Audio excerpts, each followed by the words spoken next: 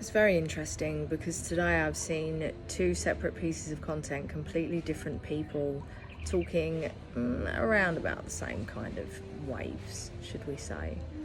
One of them was talking about we live in a time where to disagree is to dishonour.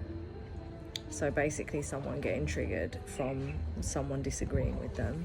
And then another one spoke about how people were meh, meh, meh, when someone is speaking their truth. Again, the meh, meh, meh, they're getting triggered from someone's truth, right? Which is the same in both instances.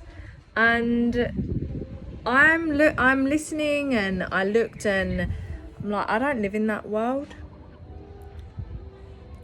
And even if people do get triggered by my truth or by me disagreeing with them, I don't experience it. It doesn't affect me to a level that it once used to, should we say. Because I've really learnt to not take things personally, and to know that their response is, as much as they're responding to me, it's nothing to do with me. It's to do with their internal reality and the way in which they're choosing to perceive their life. We live in one world, yes, but there's 8 billion different worlds because of the ways in which we're projecting onto this reality, because of our stories, our beliefs, our conditioning, our programming.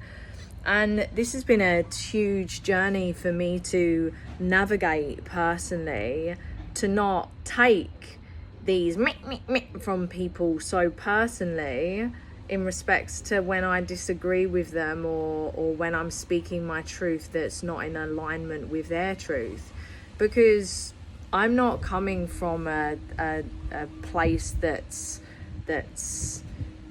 not nice. I'm coming from my heart, always coming from my heart. And if someone wants to get triggered by that clear mirror that I'm holding up in respects to having my heart open and being true to myself, most importantly, if that triggers someone, if us telling our truth is triggering someone, it goes to show how much they are not in their truth, because it's illuminating that, which is ultimately bringing out their shadow to because they feel inadequate, because they're not in their truth or comfortable enough to share their truth or speak their truth and speak their disagreement, whatever that may be.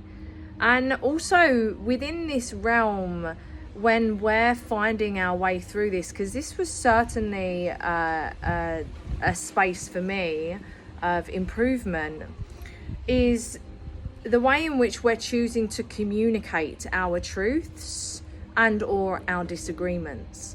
Because I didn't used to be as good as a communicator as I am now. And even now I'm still learning, right? Because new level, same devil, different devil in a different way. Same, but different. We're going around in spirals, but just on an elevated perspective, right? Heightened awareness, expanded awareness. I really had to learn how to communicate effectively from my heart, direct, to the point, not fluffing about, but also loving, and most importantly, kind, yeah? And we haven't been taught this as a mass collective. Why? Because they want to normalise toxicity and traumatizing stuff happening within relationships, because as we're vibrating on a low level frequency, which relationships are a huge part of the way in which we're vibing on a frequency level anyway. So if we're in relationships that are then it's not good for us, right? So for us to create healthy relationships and healthy relations and to be able to talk, we must learn how to effectively communicate our position in a way that the majority of people are able to really take on board without feeling attacked. So it's learning non-violent, healthy communication, which we're not taught. So, if you don't know it, it's okay. It's all good. We're not taught it. Just learn it. It's easy. We're humans. So yeah, I commented on one of them And the one that said, we're living in a time. I was like, I'm not living in that time. And it makes me wonder, okay, well, why? Why are so many, because so many are clearly living in this time and I'm not living in this time. So why? Oh, that's why. It's the frequency work. It's the frequency work, right? Because what happens is when you raise your frequency, you're in a completely different time, space, physical reality than what other people are, because like attracts like, right? Misery loves company. So if we're on a frequency of misery and disagreement and anger and sadness, we're going to attract that. It's law. It's nothing personal. It's spiritual. So if we notice externally that it's me, oh, I'm seeing it, me, then look in the mirror. Look in the mirror, honey. Look in the mirror. And this is coming directly from a reflector who has had to look in the mirror continuously because of how much I absorb, reflect and amplify and trigger people because of my 5 line in my human design and my gate of friction.